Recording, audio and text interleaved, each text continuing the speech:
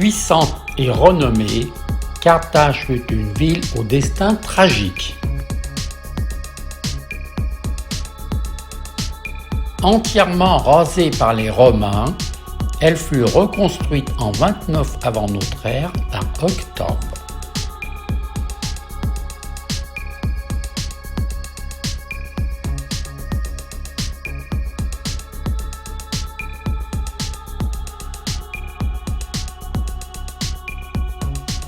C'est à cet endroit que débarqua Didon, la fondatrice de la ville.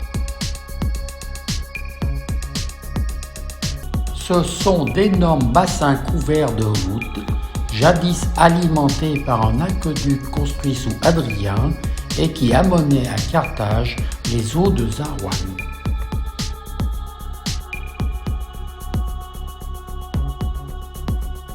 Ces thermes, commencés sous Hadrien, furent terminés sous Antonin le Pieux. C'est un ancien village maraboutique dont les maisons et les palais sont étagés sur les flancs de la montagne du Phare.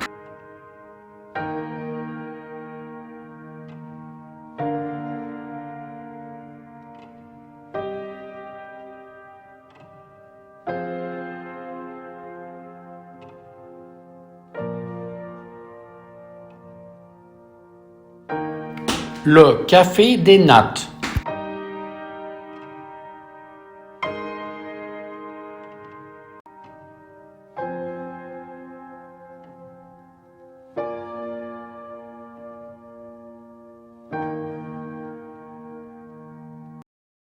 Annexé par César en 46 avant Jésus-Christ, Douga, dont le territoire est rattaché à celui de Carthage, connaît un essor rapide.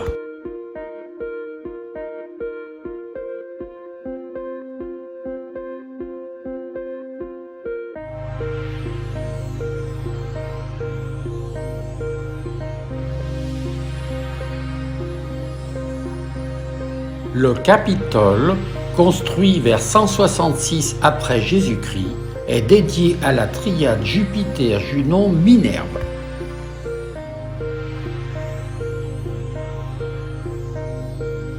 Le théâtre est construit en 168 ou 169 de notre ère.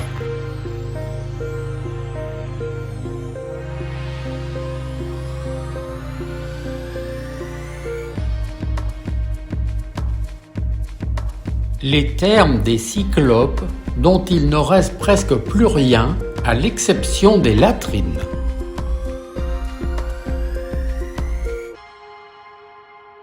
Cette antique cité fut à l'origine une forteresse fondée par les rois numides pour protéger leur royaume des incursions de nomades.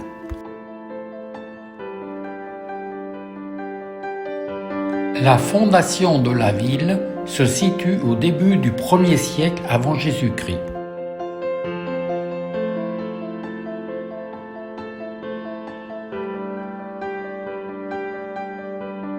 Sa romanisation date du IIe siècle de notre ère.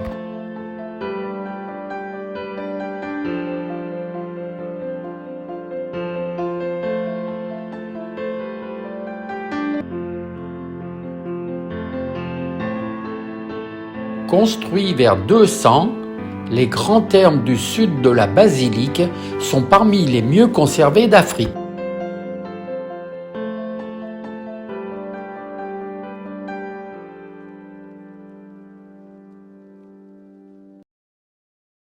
Svetla est connu dans l'Antiquité sous le nom de Sufetla.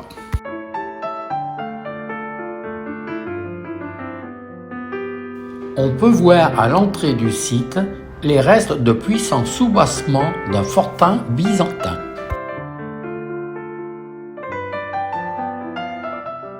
Sur le trajet, en direction du forum, on peut voir les restes d'un pressoir à huile et un grand réservoir d'eau qui était couvert d'une voûte. Une porte monumentale à 3 baies marque l'entrée du forum. Elle a été construite sous Antonin le Pieux.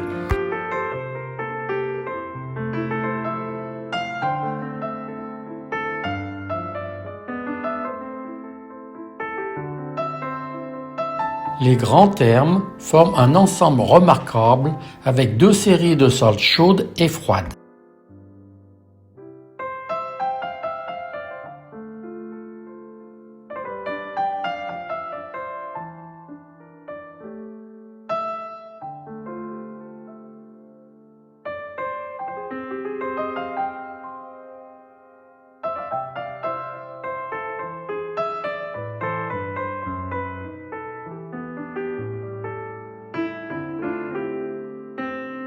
Le théâtre restauré conserve une partie de ses colonnes caractéristiques des théâtres romains. Elgem est fondé sur les ruines de l'antique cité de Thysdrus.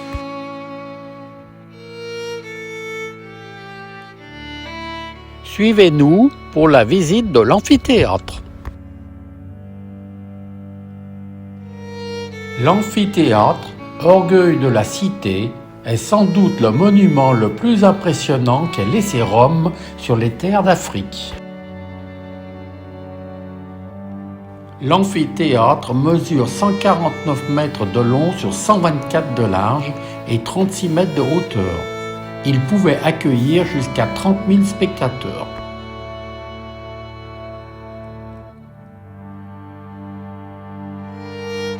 Sous le sol de l'arène longue de 65 mètres, deux galeries voûtées communiquant avec l'extérieur étaient couvertes d'un plancher mobile. Maintenant réaménagé, un caillebotis donne de la lumière au sous-sol.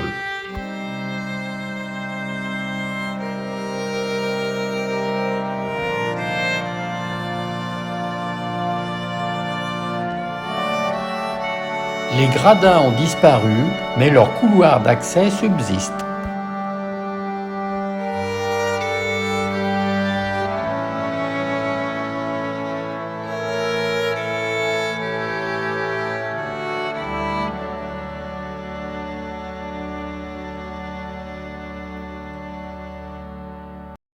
Cinquième ville de Tunisie, dont l'économie est essentiellement agricole, Kérouan est une ville commerçante, un marché et un lieu d'échange.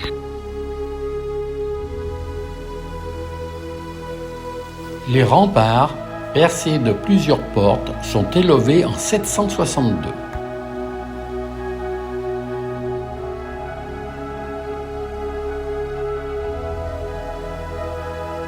La Grande Mosquée est le plus prestigieux lieu de prière du monde musulman occidental.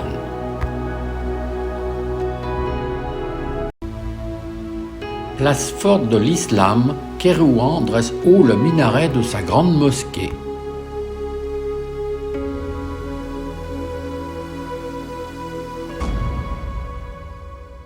C'est le troisième grand site archéologique de la région de Tunis avec Carthage et Utique.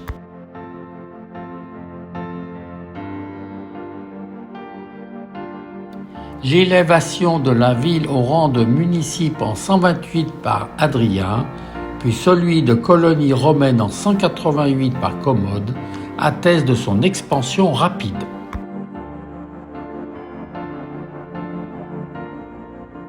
Le temple du Capitole, élevé en 168, domine le forum et toute la ville.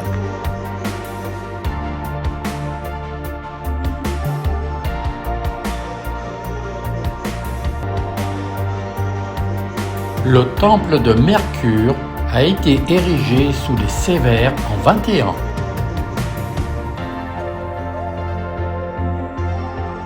Des stèles et des restes de frises travaillés avec finesse donnent une idée de la richesse de ces monuments.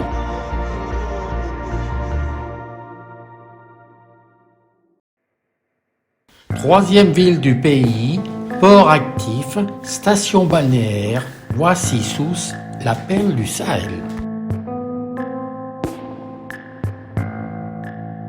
La Médina, gardée par son important riba, abrite les souks où il fait bon flâner. La construction du riba remonte à la fin du 8e siècle.